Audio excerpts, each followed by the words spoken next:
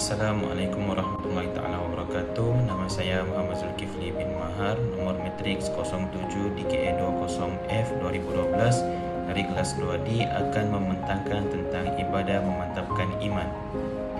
Allah Subhanahu wa taala menciptakan manusia dengan tujuan untuk beribadah kepadanya.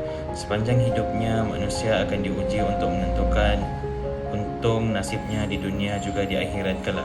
Bagi memastikan diri berjaya dalam menghadapi ujian yang diberikan, manusia harus memiliki iman dan takwa agar dapat terus menjalankan tanggungjawabnya dan mampu menjalankan segala perintah Allah Subhanahu wa taala dengan sebaiknya.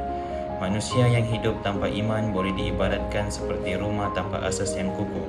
Ia mudah roboh dan tidak mampu melindungi penghuninya.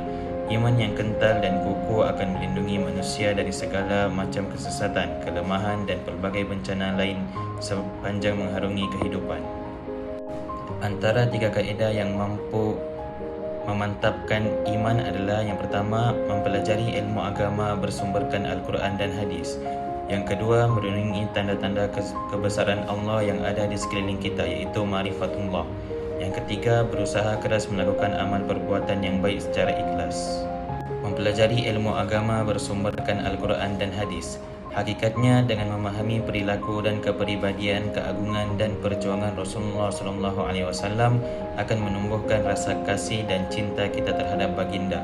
Kecintaan kepada baginda pula kemudiannya berkembang menjadi keinginan untuk mencontohi kepribadian dan mematuhi segala nasihat dan sunnah yang ditinggalkan oleh baginda SAW. Mempelajari Asmaul Husna.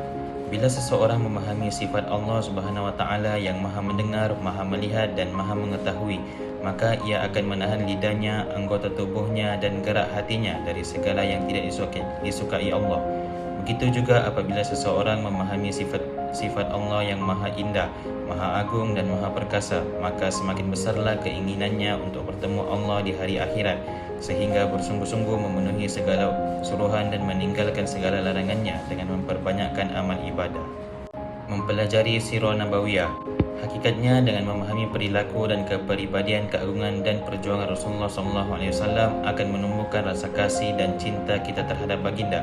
Kecintaan kepada baginda pula kemudiannya berkembang menjadi keinginan untuk mencontohi kepribadian dan mematuhi segala nasihat dan sunnah yang ditinggalkan oleh Rasulullah SAW. Merenungi tanda-tanda kebesaran Allah yang ada di sekeliling kita, yaitu ma'rifatullah.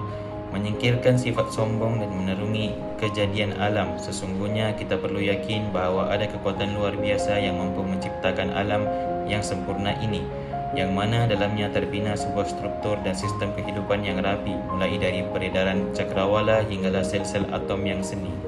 Berusaha keras melakukan amal perbuatan yang baik secara ikhlas. Menggerakkan amal dimulai dari hati, kemudian terungkap melalui lidah dan kemudian dilakukan oleh anggota tubuh kita.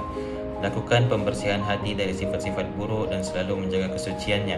Ciptakan sifat mahmudah seperti sabar, tawakal, takut kepada Allah dan jauhi sifat mazmunah seperti tamak, kikir, berprasangka buruk dan sebagainya.